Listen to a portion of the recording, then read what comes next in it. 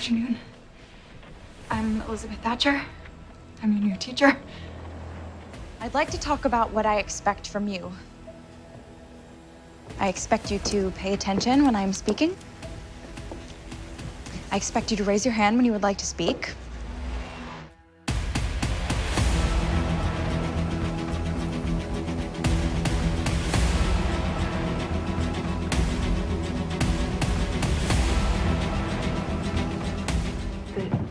The school is in this saloon? It's the only place big enough to hold our children, Miss Thatcher. We had requested a mature, experienced teacher, someone who would not shrink from the challenges that Coal Valley presents. I realize I am perhaps not what you expected, but I assure you I am acquainted with the most modern teaching theories. The superintendent of schools did tell you what happened here. No, he didn't.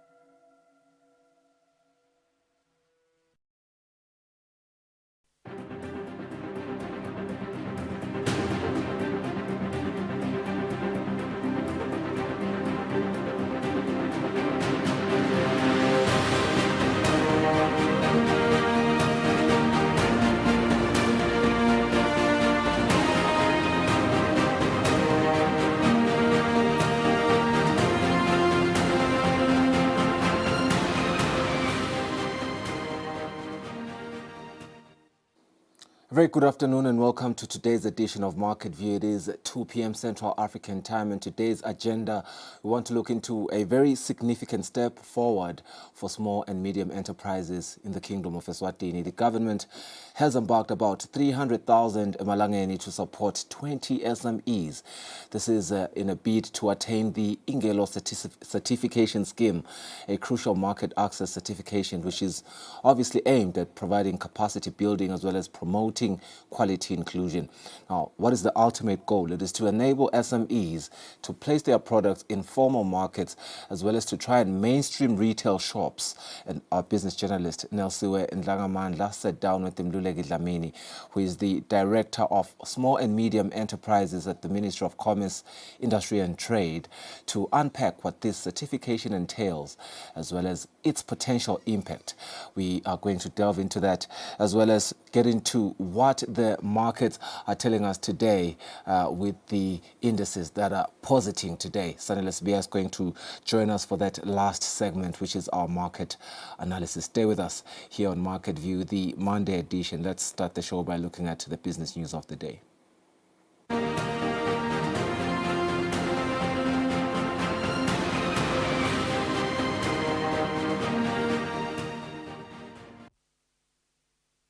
On our first story, the International Trade Center, in collaboration with the European Union, is scaling up efforts to ensure local small and medium enterprises benefit from the SADC-EU Economic Partnership Agreements. It is the institutional sustainability expert at the International Trade Center, Bongani Simelane, who says that they have partnered with Business Eswatini as well as the Eswatini Investment Promotion Authority to sensitize small-scale business holders about the agreement. In the year 2016, Eswatini signed the SADC European Union Economic Partnership Agreement, which offers Eswatini businesses new opportunities for growth. This agreement ensures improved market access to the European Union while protecting sensitive industries. Through the Economic Partnership Agreement, Eswatini exports enter the EU market with zero import duties and no quantity limits. The International Trade Center says the agreement hasn't been fully utilized by local businesses, hence the need for sensitization. We are working with government. In this case, we are working with APA, which is the Eswatini Investment Promotion Agency, around ensuring that our local traders are taking advantage of those opportunities. But also we are working with the private sector, where we are also engaging Business Eswatini, just to ensure that we are building especially that capacity for them to actually help the exporters to export within the EU market. But also this Wendabo, we are providing a lot of capacity building, especially on the business support institutions, for them to be able to provide Lama services to the MSME. One of the services, for example, is what you call the market analysis tools. What happens within the market analysis tools, these are tools that have been designed by ITC, where you are able to have access to information within the different markets globally. So you just go into the internet, you are able to access information around, if you are interested maybe in a Netherlands market, we are opportunities within the Netherlands market, and what are some of the requirements. Some of the priority sectors that we are currently looking, it's agribusiness. So under agribusiness, there are usually a number of the market requirements. At the moment, we are working with NAMPOD, and also we are working with SWASA around rolling the standard, what you call global gap, which is a standard that ensures we are able to produce food-safe, fresh produce that can also tap into those markets. So that's what we are currently doing, so that at least we are positioning our MSMEs and local farmers for that particular market. And also what we have been focusing on was the arts and crafts sector, where we were working with a number of artisans, especially in the handcraft sector, in terms of the development of the products, which also have been exhibited within the Paris show, as I've highlighted earlier.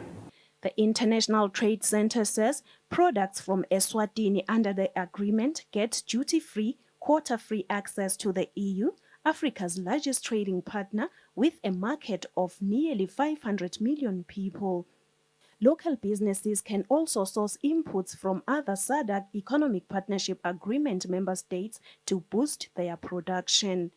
For Market View, Nelson Dlangamandla, Vuminkosi Nzinisa, Matsapa. 1,500 businesses will be capacitated by the Small Enterprises Development Corporation, SEDCO, on business management starting from next month until the end of next year. Now, training coordinator Mqiniseli Dlamini says the trainings have been scheduled in a way that will be very, very beneficial to small-scale businesses, and the costs are affordable. We are embarking on trainings that we're focusing much on business entrepreneurs and also post-business entrepreneurs, be it somebody who wants to start a business. We do help those with business awareness courses, whereby we touch on topics like business idea generation, on how to come up with the best business idea, and also how to market your business idea in a way that you'll be able to see topics like market research, or how to conduct a market research, whereby we encourage entrepreneurs to first check on the market, the availability of market.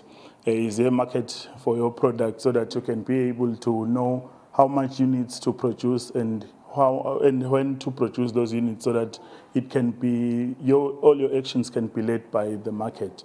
And also we do trainings for people who are already in the business on how they can manage their business, because more especially we find out that entrepreneurs find that they have a problem with managing their cash flows and also managing their working capital. So we do help them on how to keep their big business records and also to increase their market share, so that they can be able to get a much number of market that they want, or their customers that they want. You find out that most people, they don't know how to manage properly their businesses. So we are on that scale, so that we can try by all means to increase the entrepreneurs who are sustainable, who are self-sustainable on their businesses, because of the walk-ins that have been on the rise since we have started operating this year. We are looking to train approximately about 1.5 entrepreneurs from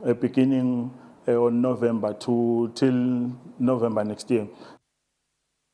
All right, that's it for our business news. Let's go for a net break. We return with a discussion by Nelsiwe Ndlangamandla, speaking with Mluleki Dlamini from the SME department under the Ministry of Commerce, Industry and Trade.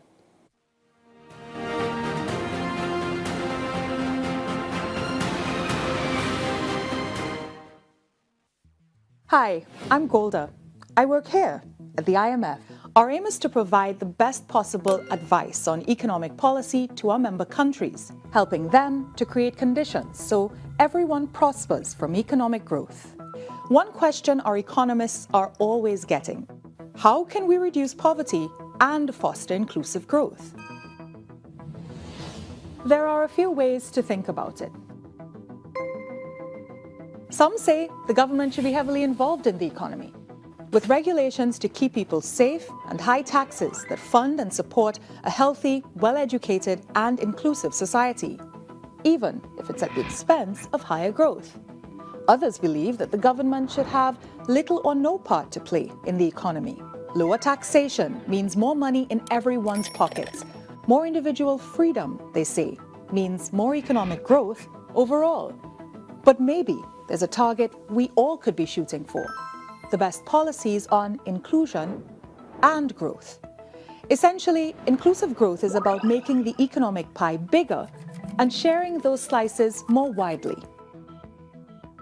So, how do we get there? By aiming for a middle ground. Both sides mostly recognize the need for social safety nets, public pensions, unemployment insurance, food programs. These measures prevent extreme poverty and provide a basic standard of living. At the IMF, inclusive growth is central to our work because reducing poverty is in everyone's interest. Part of having a free and equitable society is ensuring we all benefit from its growth, no matter who we are. And it's not just about creating a fair and equal chance to succeed for individuals, regions, or countries. It's about distributing growth fairly for future generations too. Overall, inclusive growth is based on the idea that wealth creation, economic freedom, and equal opportunity can and should coexist.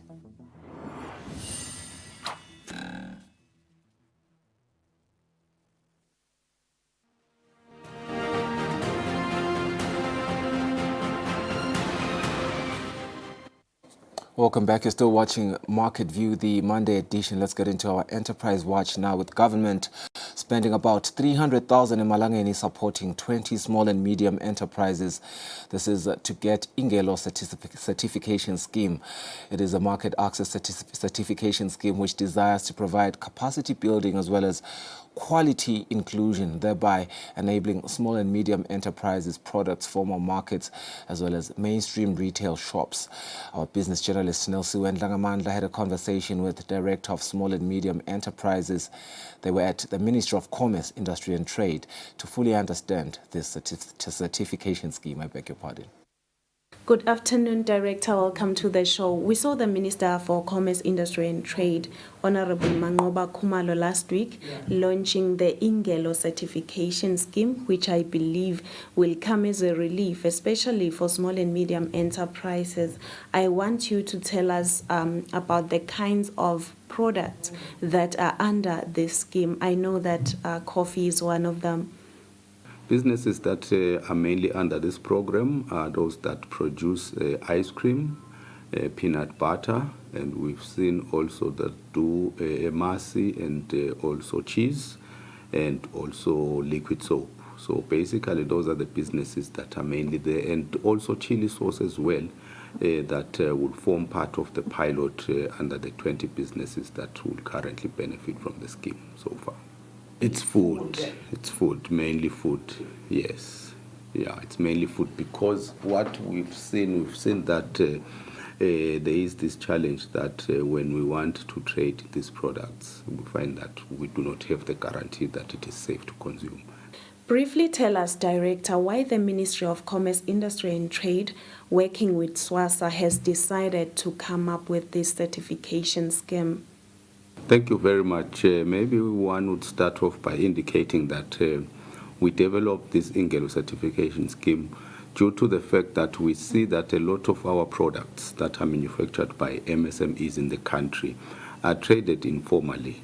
So we wanted them to come and be traded in the formal retail market. So basically that is why we initiated this project. We're starting off with about 20 MSMEs that will be on a pilot phase. Then after that, we will roll out the scheme countrywide and also benefit more MSMEs. So basically what happens, Ingelo certification scheme is a certification facility that ensures that products produced locally are tested through SWASA. And we also have a program whereby we visit them and assess their premises where they do the manufacturing. and see that all of it conforms with the standards that are set for products. Then after that, they go through a process whereby their product will then go to a lab to be tested for that it is fit for human consumption. So basically, this is one of the steps whereby we want to see locally produced products now traded in the domestic retail markets, then eventually being exported. So it's an initiative that we believe that will make sure that it brings comfort and predictability within consumers also in our market. So it is one of those initiatives that we believe as government will make sure that as we continue developing our micro, small and medium enterprises, we achieve good results. As I indicated earlier on, we'll start off with 20, and we are maybe say in the next 6 months we should be able to see the first products being certified and using the mark, because it will be branded on the product, the Ingelo mark. How have you tried to reduce the cost for this certification, Director? Because we have had an engagement with the director at SWASA who stated that certification costs can run up to 60,000, and that is too much money for a small and medium enterprise. Yes, as government working with SWASA, we've made it a point that it becomes affordable, because we know that our micro, small and medium enterprises do not have finances to finance their testing. So that is why we are saying it is a subsidized facility. And we are hoping that also in the next year we'll onboard maybe another number, maybe 40, then continue maybe in the third year, have about 60. So it is an ongoing project, and we are hoping that we will get some development partners to come and assist us as government as we work on this initiative. So basically we are saying it is a facility that has been subsidized heavily by government. I hear you, Director, but I would like you to give us this cost in monetary terms. How much is it? For example, if an SME holder at home is interested in Ingelo certification scheme, how much can they budget for, especially those that won't be in this pilot? Yeah, basically for the certification, it's around 15,000 Malangeni. So basically that covers the cost of the inspection of the premises, and also the certification, and also product testing. So it's one of those that we feel are highly subsidized, because when you look at the ISO standard, it wouldn't cost that much. So you're looking at maybe 60 to 80,000 whereby you're doing it at that level. So we feel it is still affordable for those that will want to get into this program and pay their cost that are outside the 20. But obviously, next year we are looking at taking more on board so that they benefit from this program. What are the different processes, Director, that leads an SME to qualify for the Ingelo certification scheme? We need to first inspect the premises and see that they are conducive for manufacturing. And if there are things that needs to be corrected, then they are corrected before we can even move forward and start the process of maybe looking at your product, then also the certification eventually. So basically it is a process that takes very long, and obviously it will require a commitment from the manufacturer to say if there are corrective measures that needs to be done, whether it will be in premises, in terms of your equipment, or whether it will be in terms of your production process, if we feel that through the assessment there is a need for those adjustments.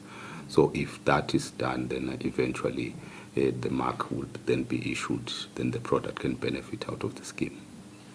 So, Director, you are saying that an SME holder needs to have around 15,000 Malangeni to get certification, and that means 15,000 translates to 300,000 Malangeni for government and SWASA to support the 20 that will be piloted, which I believe is a positive step, especially for small and medium enterprises, as they are complaining that the prices end up being too high, running up to 60,000 emalangeni if they want to get certification. We hope that more partners will hope into this so that more SMEs will get support. All right, that was Nelson Ndangamanda, a very capable business journalist, chiming with MSME Director Mluleki Idlamini on the SWASA Ingelo certification. Yeah, the word didn't beat me now, this certification. Let's go for a net break. Sanel Spears in studio, ready to help us understand the latest movements in our markets today.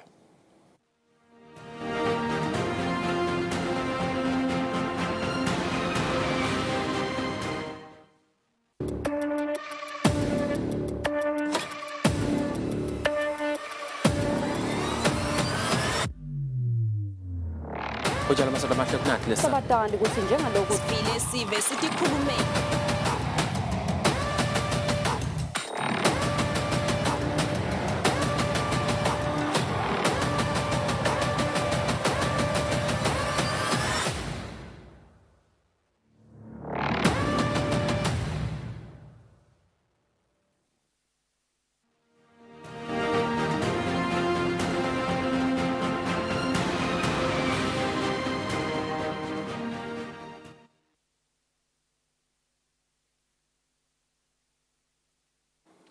It is exactly 20 minutes after 2. We are still watching Market View, the Monday edition. We want to get into the latest market movements now and what they mean for you as a potential investor, as someone that is really interested in these sort of stuff. What is clearing really today in our global market movements is something really, really interesting. Steep drops in the U.S. to a resilient rally in Cyril Ramaphosa's economy in South Africa, while commodities and currencies are adding their own twist. Sanel Sbia, he is our financial expert and he is live in studio today to help us understand these movements. Sanel, a very good afternoon to you and welcome to our studios. Very, very different from our usual way of doing business. Let's start with the U.S. We are seeing market drops here. Give us the picture. What is happening, especially the steep decline in the Nasdaq and S&P 500? Thank you, Mr. Nxumalo, and thank you for having me. Good afternoon to the viewer. So what we are looking at today, Mr. Nxumalo, is a bit of normalization after that election euphoria. Right. So markets are now trying to pull back attention to fundamentals. Right. Trying to go back to the earnings season. We know that NVIDIA will be tabling their earnings on Wednesday, and markets are now trying to factor that, price that into that analysis, where we're looking into the fact of whether NVIDIA is actually going to perform as much as they would have, or as much as we want them to. Remember that we are waiting for those artificial intelligence guys to actually give us some semblance of profitability. Right. So that's why we are seeing happening in the markets today. As you can see, actually as of Friday, there was a very there was a very bad day in Wall Street in terms of the losses after the Trump euphoria, and we saw the Federal Reserve Bank meetings. We saw inflation coming out last week. We saw inflation coming out, numbers from the producers and the consumers. So it was all of those considerations coming into play, and we saw those jobless claims coming in, just positing a relatively strong economy at this point in time. So we're seeing markets moving from the Trump factor and moving back into the basics. We're just waiting to see one other dynamic that may move markets more in terms of Trump's treasury pick and in terms of who's going to run the money in the US. So that's what we're seeing happening. But do you reckon with Elon Musk being co-opted into his government, Donald Trump that is, and him operating in the AI space, that once he starts really when things start hitting the ground running, that it's going to be such a lucrative space for AI and the US markets? Actually, that's what we were seeing in the last week. We were seeing those movements and those shifts, market trying to speculate in terms of who in essence, of which markets are actually going to make that profit. So we're seeing that shift to those AI crypto-based currencies, because that's where we expect the money to come in once you have your Trump, your Elon Musk into into office come January. Okay, let's come closer to home in South Africa. Cyril Ramaphosa's economy is showing some resilience. What do we really attribute this resilience to? What are the prospects of the market moving forward? So what we are looking into in South Africa, if you look at the stock market, you can see that it actually ticked back up to that 40,000, 84,000 mark. Okay. So what is actually happening there is we saw ratings coming in last week, with a minor upgrade for South Africa, showing that, we now, with that economy is not going to move into that junk status mode. That's purely because we're seeing this government of national unity really coming into play, and when they do come into play, we've seen load shedding as actually we've all forgotten that there was even such a thing as load shedding. You're looking into logistics. Logistics are, logistics are moving. It's relatively easy now. Transnet is functioning a bit. If you look at the ports, the Durban port is actually also functioning as well. So there is that confidence behind the economy, and really showing that we should expect better days with this government of national unity. The biggest takeaway there being the government of national unity was something that was very, very much needed now more than ever. Yeah, the ANC had its time and was doing very, very bad. Anyway, let's turn into commodities now. We see a surge in gold prices, a steady climb in Brent crude. What does this tell us? So what we are looking at in gold, we are still looking and trying. Markets are balancing those those bond yields in the US, and also trying to balance in terms of that currency appreciation, and also just thinking of whether you need a safe haven to hedge in. So that's why we're seeing gold back to that 2,500 mark, even though shifting marginally, and we just really not expecting it to go back to the 2,700 mark again. It might actually just kiss 2.6.1 in the next few days, but we don't really expect it to go a bit high. And then what we're looking into with Brent crude, there is still that deficient demand within the Chinese economy, and then now we are also experiencing some shifts within the Russia-Ukraine type of spectrum, with Trump coming in, just stirring in those conflicts.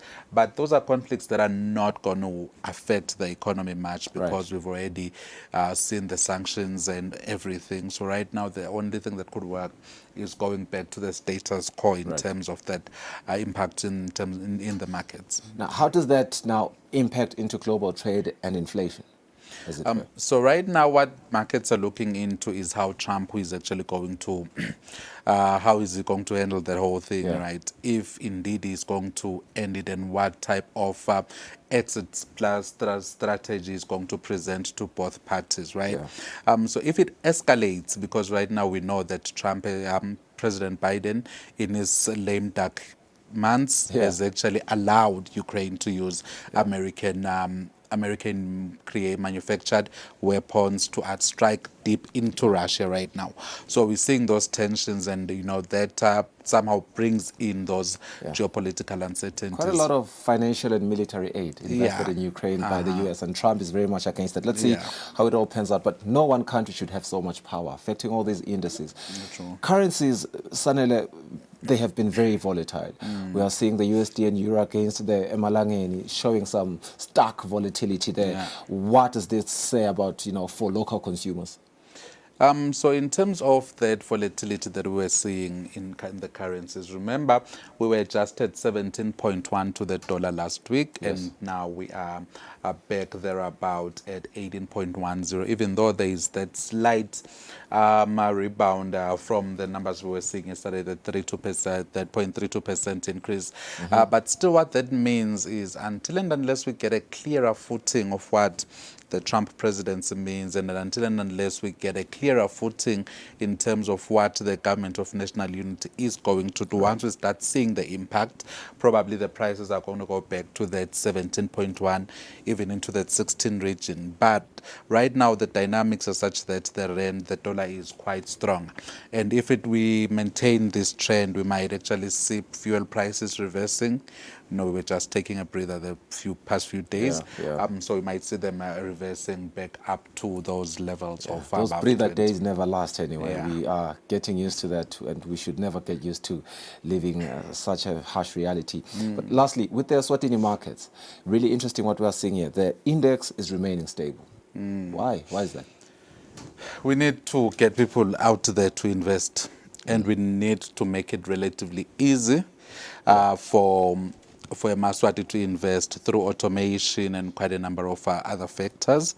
And we need to probably at some point rethink our financial policies as a country because, we do know that our banking system is largely liquid in this kingdom of Eswatini. I'm afraid our time has run out, but I really wanted to chime into, by investing in automation, what it is really that we're talking about, because there's a conversation there that I would love for us to really get into, but maybe tomorrow as the week progresses. Thank you so much for staying with us on the program. This has been Market View, the Monday edition. We hope that you have a blessed afternoon. Bye-bye.